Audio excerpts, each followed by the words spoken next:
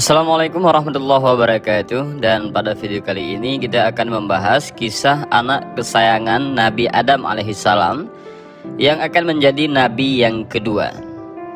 Dan simak video ini sampai selesai.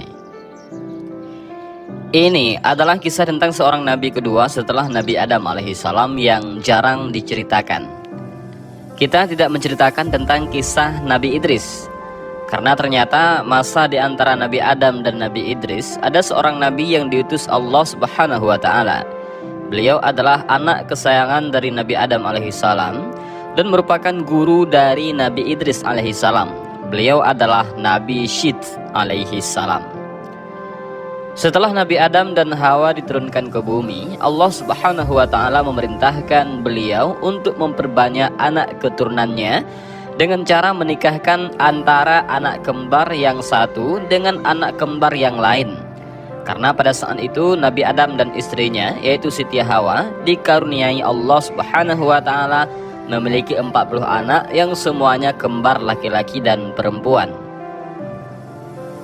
Ada riwayat yang mengatakan bahwasanya anak pertama Nabi Adam alaihissalam dan Siti Hawa adalah Qabil. Ada pula yang beranggapan anak pertama Nabi Adam alaihissalam dan Siti Hawa adalah Habil. Ketika Nabi Adam baru memiliki 4 anak kembar, yaitu Qabil dan kembarannya yang berjenis kelamin perempuan, dan Habil beserta kembarannya yang juga berjenis kelamin perempuan.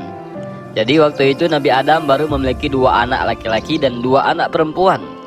Saat itulah Allah Subhanahu wa taala perintahkan Nabi Adam untuk menikahkan silang di antara keempat anak beliau tersebut. Qabil dinikahkan dengan kembarannya Habil, begitu juga dengan Habil dinikahkan dengan kembarannya Qabil.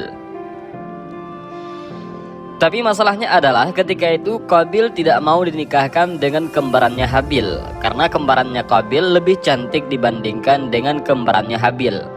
Qabil memiliki keinginan dinikahkan dengan adik kembarnya, karena menurut Qabil adiknya lebih cantik. Logikanya yaitu ada 2 anak kembar yang lahir, laki-laki dan perempuan. Kemudian mereka berdua dinikahkan ketika dewasa. Nah, Qabil mau yang seperti itu.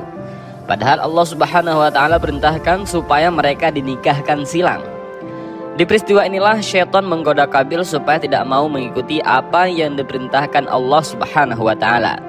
Karena ketika itu syaitan dan iblis tidak sanggup dan telah putus asa untuk menggoda Nabi Adam dan Hawa. Makanya mereka menggoda anak keturunannya Nabi Adam, yaitu Qabil. Ketika itu syaitan berbisik kepada Qabil, "Hai Qabil, jangan engkau terima syariat itu, karena engkau akan mendapatkan yang buruk rupa dan akan meninggalkan yang cantik rupa." Dari hasutan inilah akhirnya Qabil menolak. Ketika Nabi Adam alaihissalam mengetahui Qabil tidak mau mengikuti perintahnya, Nabi Adam pun memberikan syarat kepada Qabil dan Habil.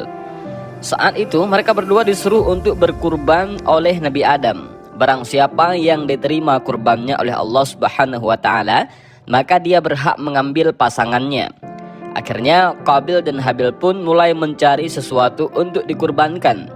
Di dalam sebuah riwayat, ketika itu Qabil berkurban dengan buah-buahan, sementara Habil berkurban dengan kambing yang sehat dan besar. Maka Allah Subhanahu wa taala menerima kurban berupa hewan ternak yang dibawakan oleh Habil. Sementara itu kurban dari Qabil ditolak. Selain itu juga, kenapa Allah Subhanahu wa taala menerima kurban Habil dan menolak kurban dari Qabil? Karena Habil berkurban dengan hati yang ikhlas, sementara Qabil berkurban didasari dengan rasa hasad. Maka sesuai dengan perjanjian, karena Habil berhasil diterima kurbannya, maka dia berhak untuk menikahi kembarannya Qabil.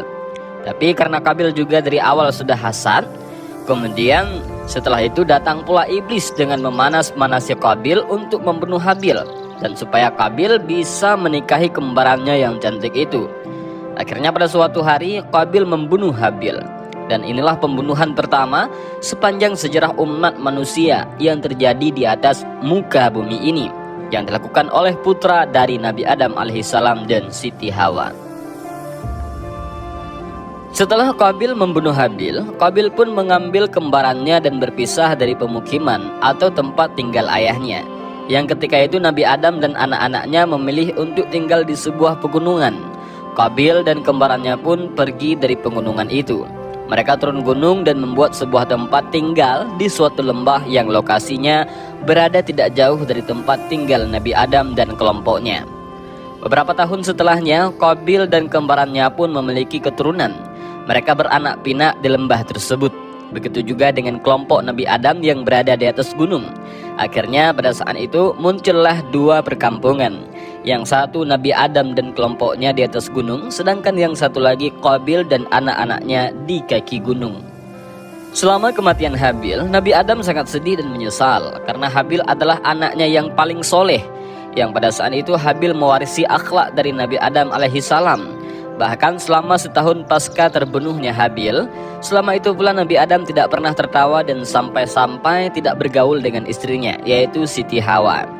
Kemudian Allah Subhanahu wa taala berfirman kepada Nabi Adam, "Hai Adam, sampai kapan tangisan dan kesedihan ini?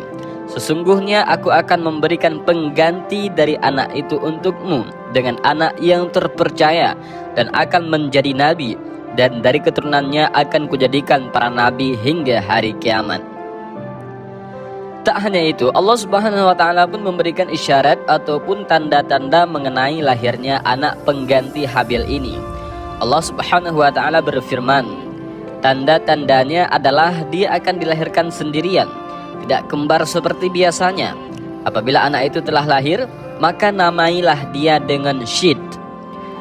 Pada suatu hari, Hawa melahirkan seorang anak laki-laki yang tidak memiliki kembaran seperti biasanya. Maka Nabi Adam pun memberi nama anak itu dengan nama Syid, yang memiliki arti anugerah dari Allah Subhanahu wa taala. Menurut buku yang berjudul Akhlak Para Nabi, Nabi Syid ini lahir 5 tahun setelah terbunuhnya Habil, yaitu sekitar 235 tahun setelah Nabi Adam dan Hawa diturunkan ke bumi. Beliau dilahirkan ketika Nabi Adam berusia 930 tahun. Nabi Syid diberikan Allah Subhanahu wa taala memiliki kelebihan dari segi keilmuan, kecerdasan, ketakwaan dan kepatuhan dibanding anak Nabi Adam yang lain. Sedari kecil, Nabi Syid ini dididik oleh Nabi Adam betul-betul dengan didikan agama, karena Nabi Adam tahu bahwasanya Syid akan menjadi nabi. Makanya Syid dididik dengan sebaik mungkin oleh Nabi Adam, dan Nabi Adam sangat menyayangi Nabi Syid dibanding anak-anaknya yang lain. Ternyata benar apa yang Allah Subhanahu wa taala firmankan. Semenjak Nabi Syid lahir, kesedihan Nabi Adam karena kematian Habil pun perlahan-lahan hilang. Setelah Nabi Adam alaihissalam meninggal dunia, posisinya digantikan oleh Nabi Syid. Pada saat itu beliau diwasiatkan untuk memimpin kaumnya dan membimbing umat ini ke jalan yang benar. Selama dipimpin oleh Nabi Syid, kota ini menjadi tenang dan tentram. Tidak ada tindakan kejahatan yang terjadi di sana. Tapi hal itu justru menjadi kebalikannya bagi kabilah Qabil yang tinggal di lembah.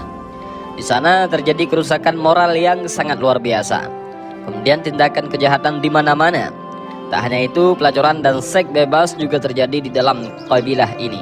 Karena untuk pertama kalinya sepanjang sejarah manusia, di kota Qabil inilah terjadi yang namanya tabarruj, yaitu wanita-wanita yang bersolek dan menampilkan kecantikannya secara berlebihan dengan cara yang dianggap tidak pantas, atau singkatnya berdandan secara berlebihan dengan cara menampakkan auratnya. Hal itu dikarenakan tidak ada nabi yang diutus di sana, makanya tidak ada yang menasehati mereka. Secara Qabil sendiri pun punya akhlak yang buruk, makanya rusaklah anak keturunan Qabil hingga kota ini menjadi tidak nyaman untuk ditinggali. Pada suatu hari, Iblis melihat peluang lagi untuk menyesatkan anak cucu Nabi Adam. Ketika itu Iblis pun datang ke kota Qabil dengan menyerupai bentuk manusia. Di kota ini Iblis menyamar dengan bekerja sebagai pengurus kebun milik salah seorang anak keturunan Qabil. Dan dari sinilah Iblis mulai mengajarkan kepada orang-orang tentang musik dan nyanyian-nyanyian yang tidak ada faedahnya, yang membuat mereka semakin lalai dan jauh dalam mengingat Allah Subhanahu wa taala. Kemudian Iblis pun menciptakan alat musik semacam seruling untuk semakin memalingkan mereka dari jalan Allah Subhanahu wa taala. Makanya ada salah satu hadis Nabi Shallallahu alaihi wasallam yang mengatakan bahwasanya seruling itu adalah suara syaitan.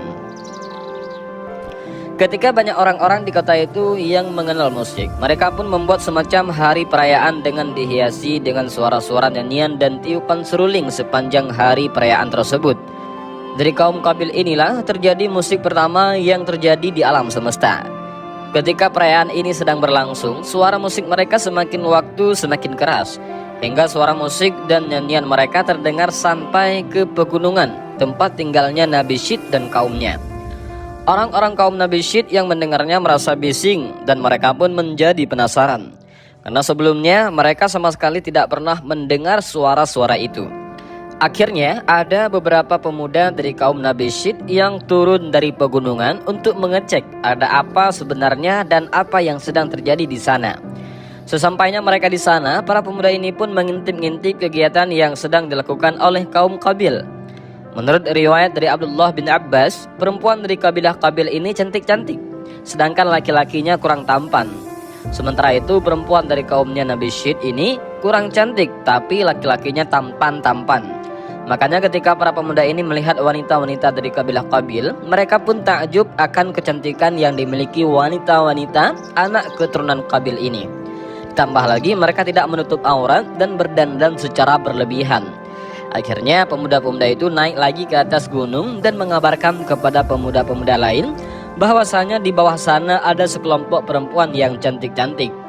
Lalu secara berbondong-bondong pemuda-pemuda kaum Nabi Syed ini pun turun dari tempat mereka menuju bukit di mana kaum Qabil tengah mengadakan pesta atau perayaan.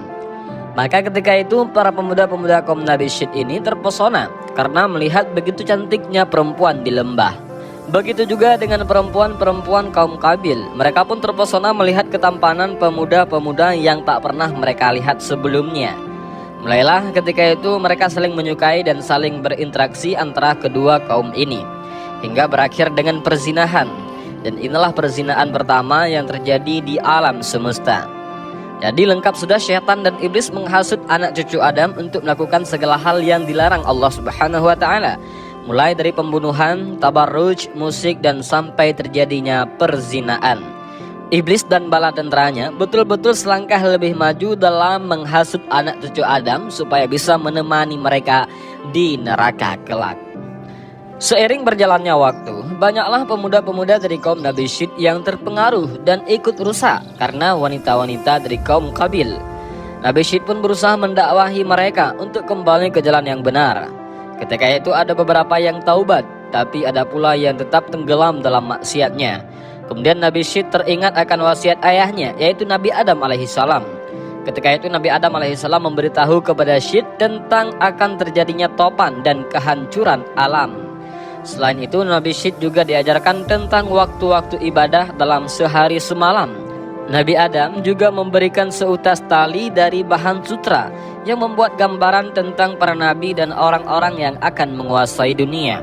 Tali sutra tersebut diturunkan kepada Nabi Adam dari surga dan diberikan kepada Nabi Syed alaihissalam untuk dilipat dan disimpan dalam sebuah kotak atau tabut, dan tabut itu harus selalu dikunci. Kemudian Nabi Adam mencabut beberapa helai janggutnya dan meletakkan ke dalam tabut tersebut dan sambil berkata, "Hai anakku, ambillah rambut-rambut ini dan bawalah bersamamu ketika menghadapi urusan yang penting. Rambut-rambut ini akan membantu mengalahkan musuh selama masih ada bersamamu. Dan apabila rambut-rambut tersebut memutih, maka ketahuilah bahwa ajal maut telah dekat dan engkau akan meninggal dunia pada tahun itu." Lalu Nabi Adam melepas cincinnya dan memberikannya kepada Nabi Syed, serta menyerahkan tabut dan suhuf yang telah diturunkan kepadanya. Kemudian Nabi Adam berkata, "Wahai anakku, perangilah saudaramu Qabil. Sesungguhnya Allah Subhanahu wa Ta'ala akan menolongmu untuk mengalahkannya." Berdasarkan dari wasiat ayahnya, yaitu Nabi Adam alaihissalam, Nabi Syed pun mengumpulkan orang-orang dan kemudian terjadilah peperangan pertama sepanjang kehidupan manusia. Perang antara kabilah Syed dan kabilah Qabil. Tentu saja dari peperangan tersebut dimenangkan oleh kabilah Syed karena Allah Subhanahu wa Ta'ala telah memberikan jaminan. Setelah perang usai, Qabil menjadi tawanan kabilah Nabi Syed. Kedua tangannya diikat dan Qabil ditahan di tempat yang sangat panas hingga akhirnya Qabil meninggal dunia. Seiring berjalannya waktu, Nabi Syed pun meninggal dunia dan dakwah diteruskan oleh putranya Nabi Syed yang bernama An-Nusyah bin Syid. Saat An-Nusyah meninggal, maka diganti oleh Kinaan bin Anusyah. Saat Kinaan meninggal, dakwahnya diteruskan oleh anaknya yang bernama Mahlail. Yang konon kata Imam Ibnu Katsir, Mahlail adalah raja yang menguasai 7 iklim. Dan dia adalah orang yang pertama kali menebang pohon. Bahkan Mahlail ini adalah orang yang pertama kali membangun sebuah negeri yang bernama Negeri Babil atau Negeri Babilonia. Lalu ketika Mahlail meninggal, maka digantikan Yarid bin Mahlail. Dan di saat Yarid meninggal, estafet dakwahnya diteruskan oleh anaknya yang menjadi nabi yang bernama Akhnuh. Akhnuh ini dikenal sebagai Nabiullah Idris alaihi salam. Dari Abu Dzar, Rasulullah sallallahu alaihi wasallam bersabda, sesungguhnya Allah Subhanahu wa taala menurunkan 104 suhuf. Sebanyak 50 suhuf diturunkan kepada Syid alaihi salam. Hadis riwayat Ibnu Hibban. Dan jadi itulah sedikit kisah tentang Nabi Syid alaihi salam yang menjadi nabi kedua. Demikianlah kisah ini, mudah-mudahan ada manfaatnya bagi kita. Amin rabbal alamin. Allahu a'lam bishawab. Assalamualaikum warahmatullahi wabarakatuh.